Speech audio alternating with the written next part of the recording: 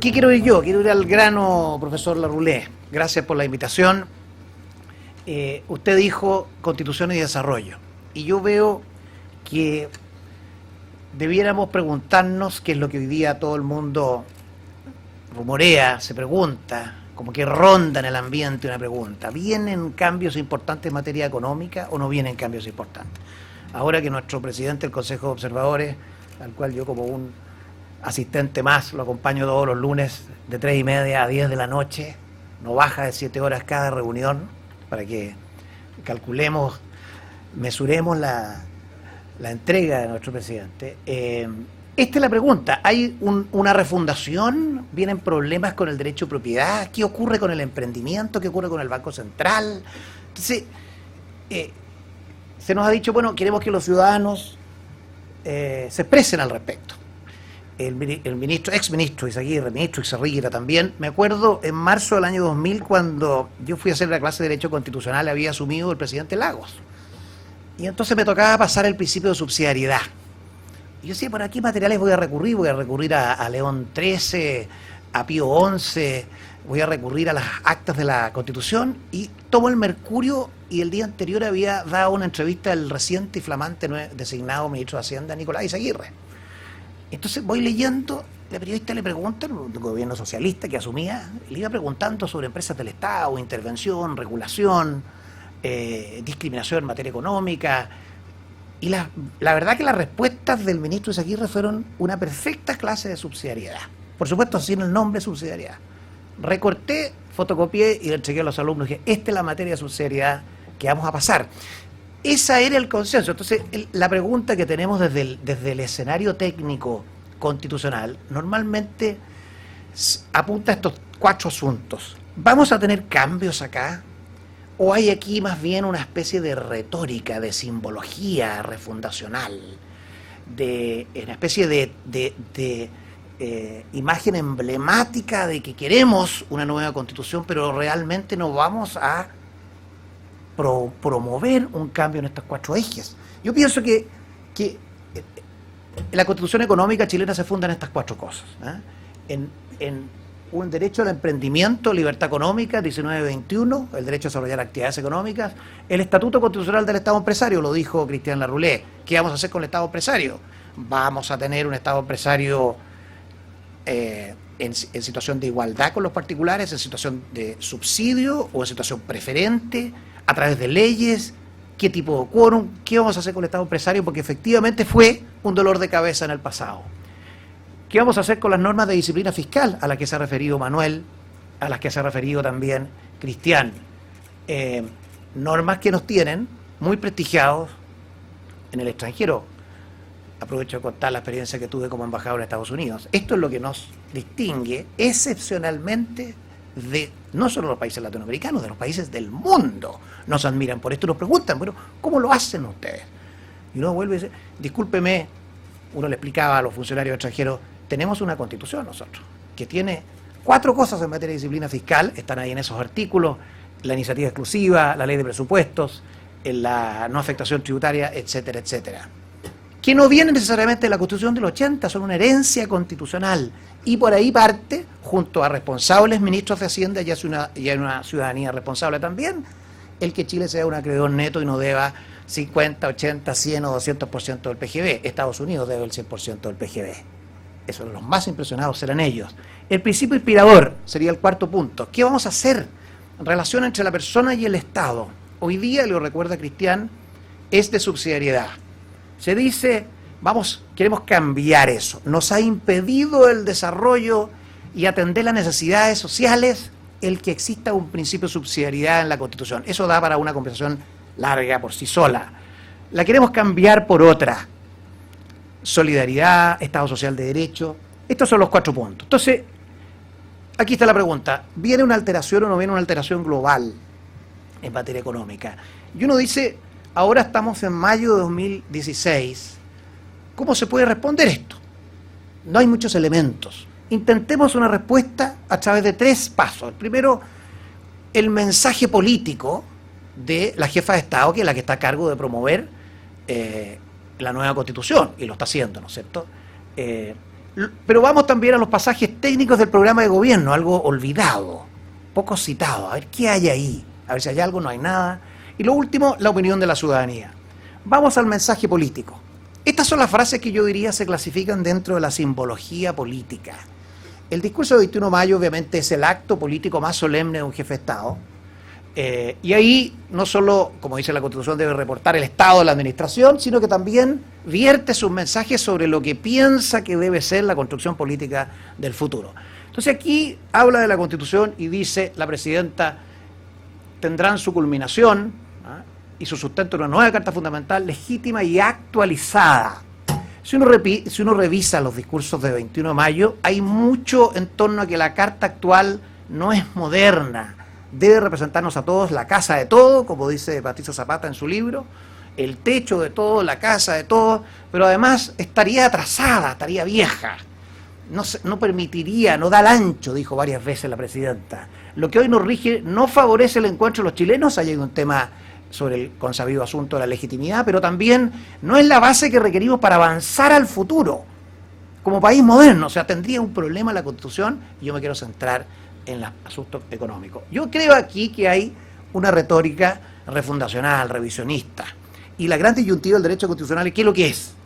Es un programa político más que se inserta en la zona de la simbología, del emblema, donde la Carta Fundamental es el trofeo mayor, es el Campeonato Mundial de Fútbol, es la Copa, donde yo lego hacia las generaciones futuras mi triunfo, mi trofeo de guerra, o es un instrumento que tiene que tener legitimidad y es más bien de naturaleza técnica, destinado a producir efectos jurídicos especiales.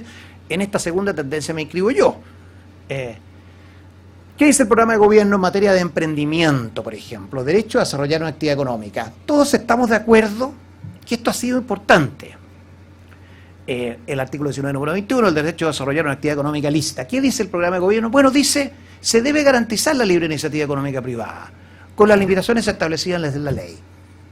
Es decir, 1921 inciso primero hoy día, el derecho a desarrollar cualquier actividad económica que no se oponga a la moral, orden público y la seguridad nacional, respetando las normas legales que la regulen. Uno podría decir, hoy se habla de regulación, ahí se habla de limitación.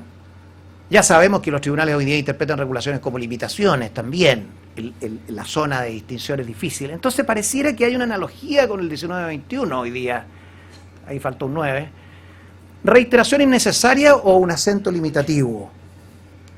Vamos al derecho de propiedad, el corazón. Decía Cristian, muchas constituciones lo tienen. Bueno, la Revolución Francesa comenzó la declaración de los derechos del hombre y del ciudadano en 1789 con el derecho de propiedad, estaba ahí. La Constitución de la Montaña, la Constitución de 1793, de 1795, el Bill of Rights de Estados Unidos, todo ha tenido derecho de propiedad porque se trataba de dejar atrás l'ancien régime, atrás la propiedad feudal.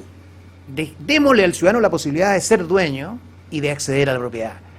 ¿Qué dice el programa? Dice, debe reconocer, o sea, junto con reconocer el derecho a la propiedad privada, deberá contemplar la idea de que la propiedad obliga y que su uso debe servir al mismo tiempo al bien común y reconocer la función social.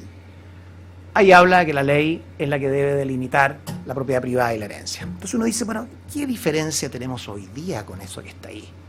Cuando el artículo 19, número 24, inciso segundo, dice hoy día que solo la ley puede establecer la forma de usar, adquirir, usar, gozar la propiedad y imponer las limitaciones y obligaciones que se derivan de su función social, la que comprende cuanto exija los intereses generales de la nación, la utilidad de seguridad pública, conservación del patrimonio ambiental y la seguridad nacional. Eso es hoy día un espacio flexible y enorme para limitar la propiedad. Y aquí se nos dice más o menos lo mismo, función social. Yo discuto con algunos constitucionalistas, Pablo Ruiz Tagle, me dicen, no, nosotros vamos a poner acento en el bien común.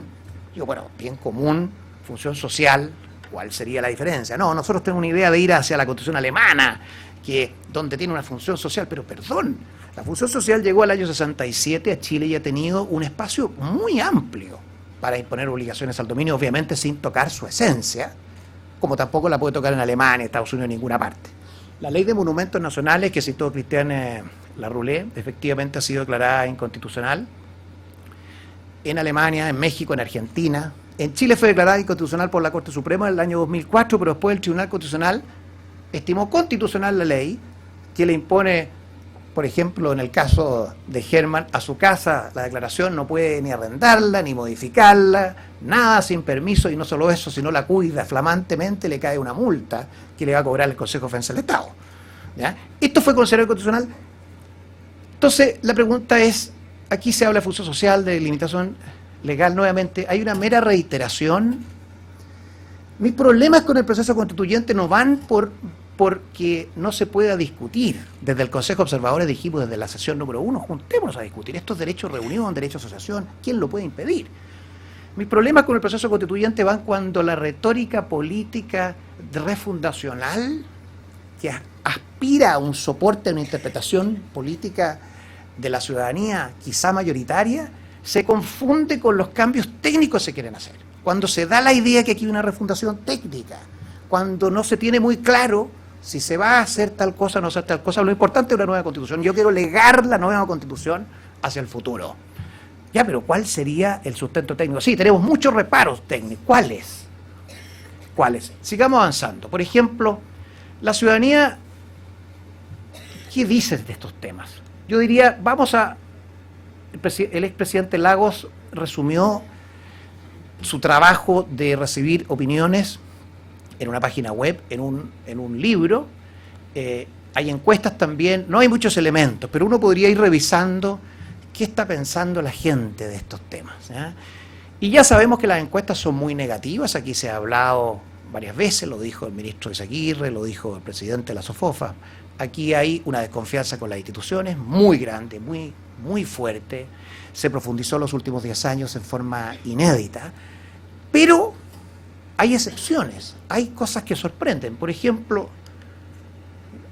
en la encuesta Bicentenario UC, GFK, Exadimarc, se pregunta ¿cuál es el elemento más importante para el progreso de la persona?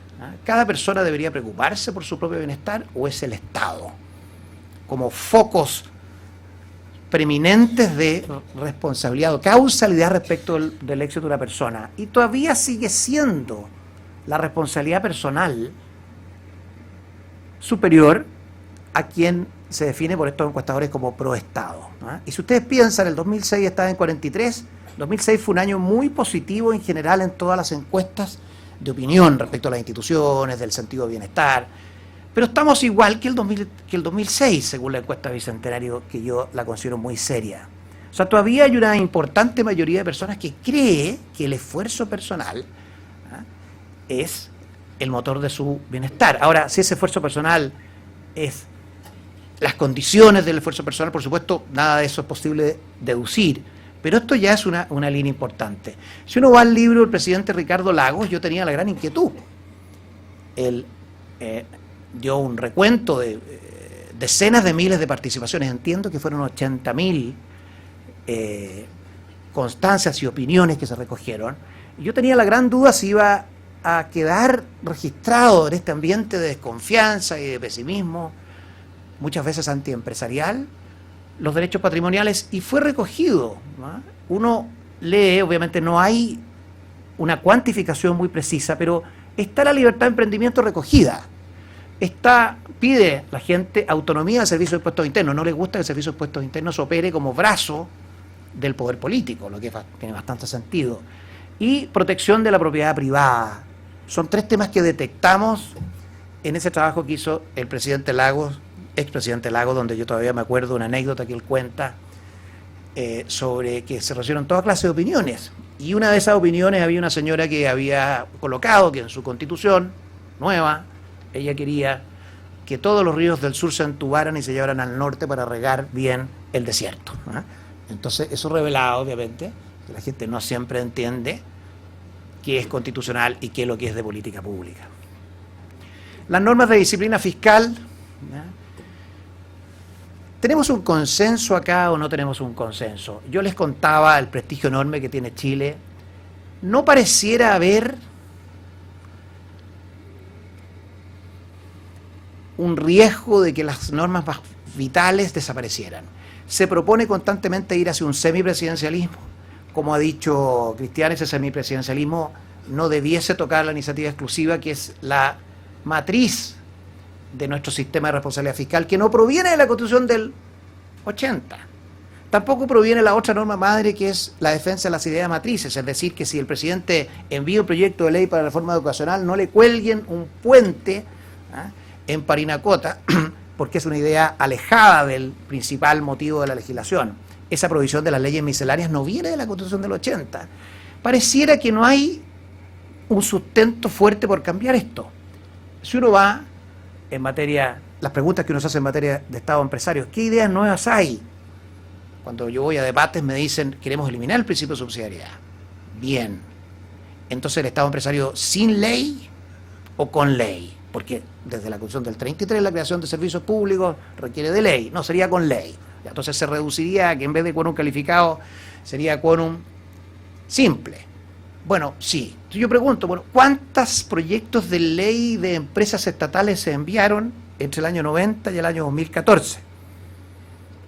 El ministro Izaguirre no envió ninguna. De hecho, en esa clase de subsidiariedad que dio, dijo, no me gusta el Estado empresario, el año 2000. Entonces, usted culpa al principio de subsidiariedad que no le permitió expandir el Estado empresario, pero nunca mandó una ley de Estado empresario. No, nunca, hasta la AFP estatal 2014. Pues entonces, de nuevo vuelvo a la gran pregunta. ¿Qué hay de simbología, qué hay de emblema y qué hay de fundamento técnico? El Banco Central, hemos pasado 2 años intentando interpretar esta frase. Dice, se le reconoce su autonomía y la ley establecerá la medida de su autonomía. Entonces todos temblamos porque es la ley la que va eventualmente a reducir este prestigiado Banco Central y su independencia. Pero resulta que hoy día el artículo 108 dice aproximadamente lo mismo. Dice, bueno, existirá una entidad de carácter técnico y autónomo llamado Banco Central, cuyas atribuciones y funciones determinará una ley orgánica constitucional. La diferencia puede ser el cambio de quórum de ley orgánica constitucional a quórum simple, pero más o menos es lo mismo. Nos ha dicho el presidente del Banco Central varias veces en privado que él no ha escuchado nada que apunte a cambios en esta materia. En minería se dice, hay toda una retórica en torno a los recursos naturales, el agua, los recursos naturales, pero si uno va al programa, ¿ya?, dice, la nueva Constitución debe reconocer el dominio público pleno, absoluto, exclusivo, inalienable e imprescriptible de los recursos hídricos, mineros y el espectro radioeléctrico. Suena una especie de refundación. Ahora, si uno va a la Constitución hoy día, 1924, inciso sexto, dice que el Estado tiene el dominio absoluto, exclusivo, inalienable e imprescriptible de todos los minerales. O sea, lo único que añade esto es pleno. ¿Significará eso que las concesiones de explotación caen en razón de la palabra pleno o es también otro guiño a la retórica?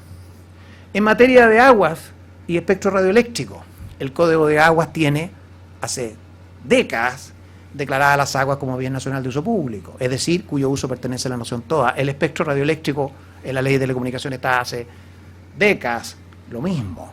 ¿Se trataría de elevar a nivel constitucional para que no se vaya a revertir esa declaración o es un guiño a la retórica? Finalmente, en derechos sociales, yo quise traer una lámina que es la misma que utilizó Cristian Larroulé acá, que es la correlación entre el número de derechos y per cápita. La vimos por ahí en un seminario y es interesante. Hablamos con Patricio Zapata, esto puede tener 2 explicaciones. O que colocar muchos derechos en la Constitución empobrece a los países, o que países pobres, desesperados de su situación, recurren a las leyes para tratar de mejorar su... Pero ninguno de los 2 escenarios nos gusta. Nos gusta más el de la responsabilidad. Entonces, a modo de conclusión, necesidad de una constitución moderna, como dice la presidenta, moderna, que no da el ancho a la actual, que nos permita mirar hacia el futuro. Bueno, el programa reitera derechos y mecanismos en materia económica provenientes de la Carta del 25 del 80, incluso hay algunos del 33. Tienen leves acentos de intervención estatal, quizá más en la retórica que en la técnica. Pero reformas legales promovidas, como la reforma laboral, que daría para otro seminario completo, señor von Mühlenbrock, parecieran desafiar esta idea, porque tiene algunas cosas asimétricas el monopolio sindical. Siempre supimos que era contrario al derecho de asociación, no en la Constitución del 80, ni del 25, ni del 33. A la libertad de asociación intrínseca. En materia de reforma educacional también sabíamos que había un problema con discriminación arbitraria, no porque esta Constitución prohíba algo especial, sino porque tratar a alumnos de igual vulnerabilidad distinto en cualquier análisis constitucional se cae. Quizás las reformas legales tenemos algunos intentos, pero si uno va al programa mismo, entonces no hay tantas diferencias.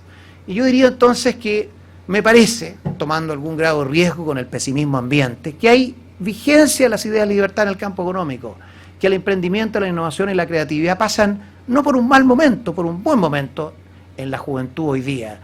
Creo que la libertad de asociación se fortaleció con el fallo de la reforma laboral y creo que la iniciativa económica no solo tiene una dimensión técnica de derecho a rentar un determinado establecimiento comercial, sino que tiene una connotación de realización personal, tal como puede tenerlo la vocación académica, la filantropía, otras vocaciones, ¿no? Y a la pregunta de ¿incluiremos solidaridad o no?